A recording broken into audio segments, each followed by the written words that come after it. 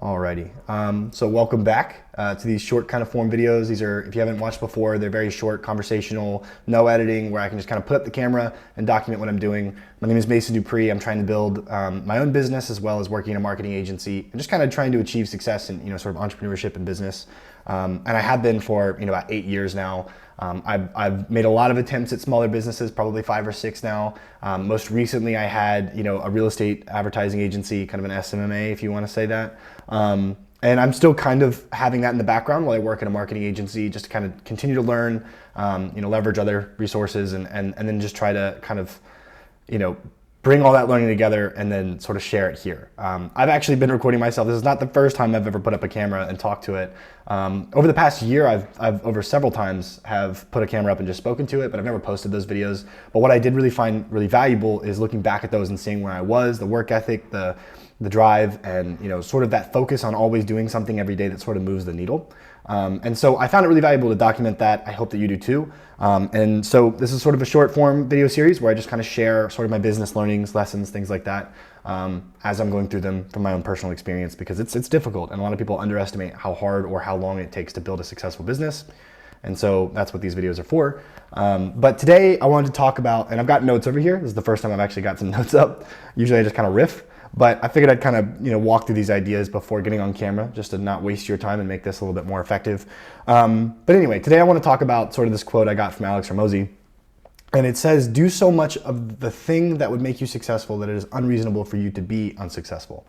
And I've tried to implement that. Well, I did implement that in my most recent business, the agency. But what's really important, or what I find really valuable about that quote is that it sort of gives you comfort. Like, if whatever that action is, if it's book calls, if it's talking to people, trying to pitch your service, whether you're, in a service industry or even a product-based, e-commerce, whatever it is, what you need to do is turn up the volume of that thing that produces the revenue, right? So much so that it would be unreasonable for you to be unsuccessful. And the idea I think that Hormozi really wants to kind of solidify there is that you develop skills. And there are immediate skills that are very obvious in terms of sort of like tangible skills. Which is sort of like, if you get on more sales calls, your heart rate's going to become more nominal when you're on a conversation. You're going to be able to relax. You're going to be more confident. You've had these conversations dozens of times before. You will have dozens of them again. You know all the answers to the questions. There's not really something they could bring up that makes you, flustered or whatever, right? And so for that reason, just doing 100 sales calls is going to make you better at sales calls, right? Or door knocking or whatever it is, right? That volume of that action that produces the revenue. But then there's also sort of the intangible skills, and I've kind of written down, some examples of that, but really just like being able to diagnose a customer's problem. I realized that I developed that from my agency when I was in this agency that I'm working for now, where we're on sales calls and I hear the customer say, "I have a problem with this." And then it's like a red alarm, it goes off like crazy in my head. I hear, exactly what they say, and it's very obvious, it's very easy. It seems almost like common sense.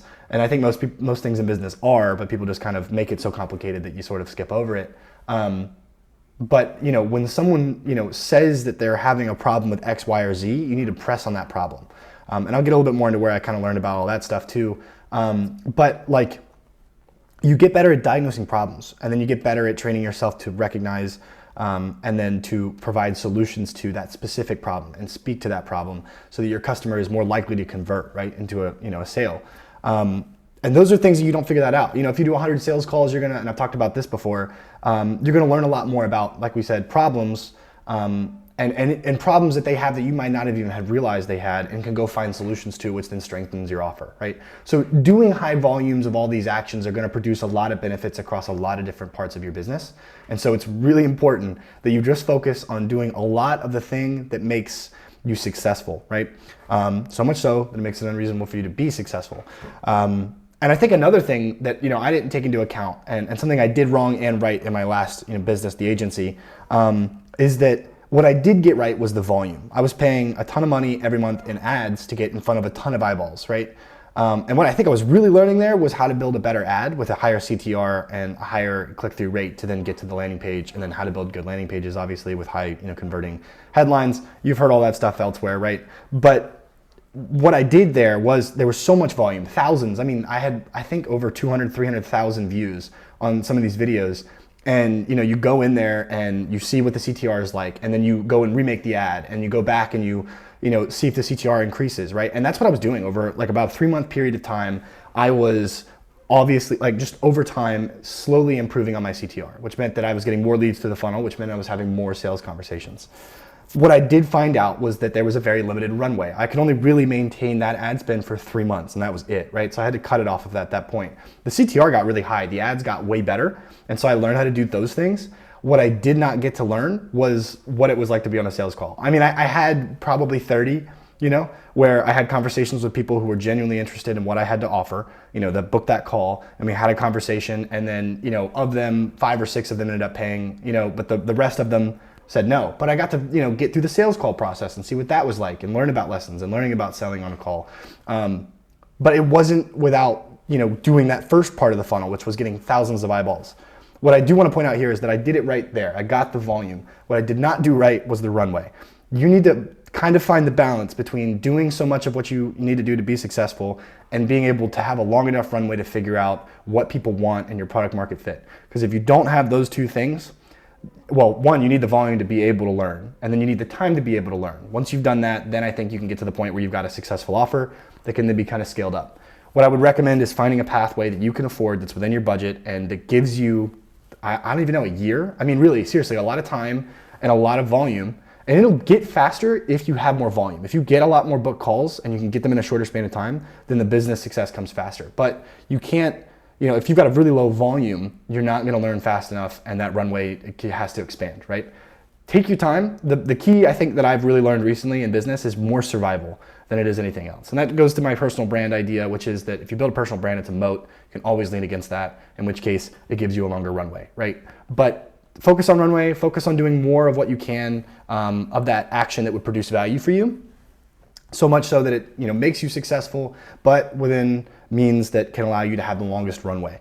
So you can really learn. Because so many people want to start a business, they start a business and they fail and they wonder why. I think surviving a long period of time and learning really what people want and what you can offer and at what price and how to actually offer it is really the big value add, the game. I think that's the part that people aren't willing to do or don't ever get to, that is what produces business success in the long run.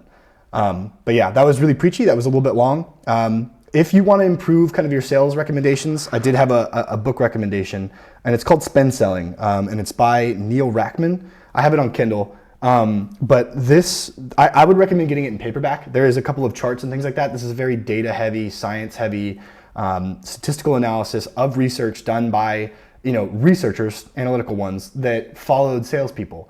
And salespeople oftentimes contribute success to random things. They really cut out the noise and really dial down on what really made that call successful. And they developed a model, the spend model, that allows you to be able to kind of figure out problems and talk to those problems and then build them up in your sales, in their customers' minds, so that you can get a higher conversion rate. I highly recommend this book. This is a great book if you want to learn how to do sales and sales calls. But yeah, I think that's all for today. I hope that was valuable. I spoke really fast there, so I think in the future I'll try to slow down. But thank you guys for watching. I hope to see you guys again. Thanks, and thanks for spending time, and like the video, comment if you can. It really helps push it. That's the only call to action I have for you guys. I'm not selling anything. I'm not pitching anything. Y'all have a great day, and I hope you're doing well, and I'll see you guys soon. Thanks.